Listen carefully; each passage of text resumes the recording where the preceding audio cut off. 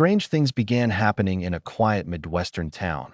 The air was still, almost too still, as if nature itself was holding its breath. Strange reports began to surface. Livestock found mutilated, graves appearing disturbed, and whispers of shadows moving in the night. At first, no one believed the rumors. Local families dismissed them as old ghost stories resurfacing to frighten children. But unease grew when neighbors went missing without explanation. One by one, houses stood empty. The sense of dread tightened its grip, and though people locked their doors and prayed for safety, they couldn't shake the feeling that something unnatural had awakened. That a group of teenagers decided to uncover the mystery, sneaking into the cemetery under a moonlit sky. What they witnessed would scar them forever. From the earth itself, skeletal hands clawed upward, soil scattering as figures dragged themselves from the ground. Panic set in as one of the creatures turned its head, eyes glowing with a lifeless hunger. They ran, screaming into the night, clutching shaky phone footage. But when shown to adults, it was brushed off as a prank. The town would soon realize the terror was real. The first true night of horror descended with bone-chilling screams piercing the stillness. Homes were no longer safe, as doors were broken down and windows shattered by creatures that were once human. Survivors huddled together inside the only lit building left, the grocery store. Fear and disbelief gripped them as they listened to scratching at the doors and moaning outside.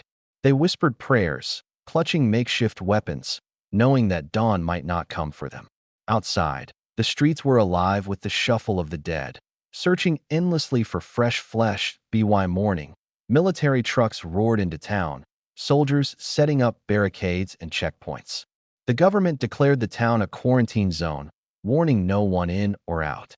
Residents were promised protection, but whispers spread that soldiers had been bitten.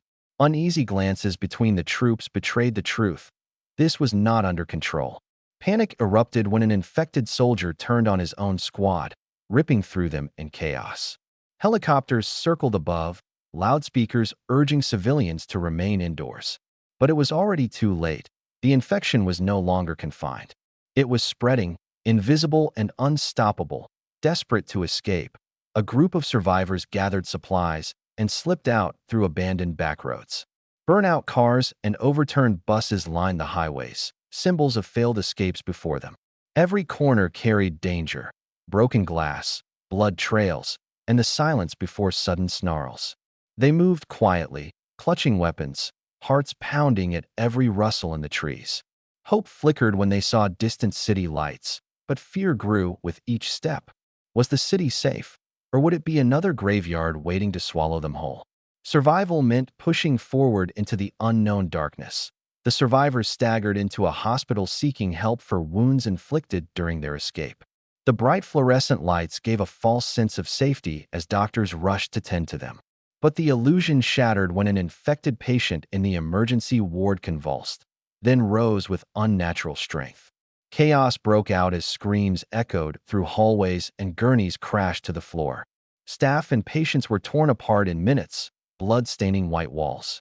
Those who could flee ran deeper into the building, only to realize they had trapped themselves. The hospital became a cage of death to eye in the nearby city. Survival felt impossible. The infection spread faster than authorities could respond, and neighborhoods burned as people fled. Survivors made their way to rooftops, sending desperate radio signals for help. From the skies, military aircraft loomed, preparing to unleash destruction on the streets below in a desperate bid to stop the spread. But for those trapped, the choice was horrific. Face the horde of undead clawing up stairwells or die under the fire raining from above.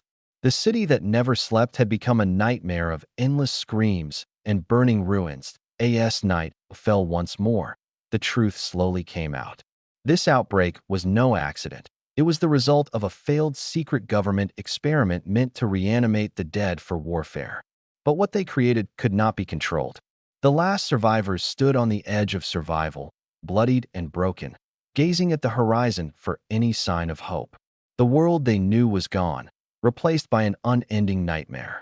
The dead were not returning to their graves, and the living faced one haunting question. Was humanity's time finally over?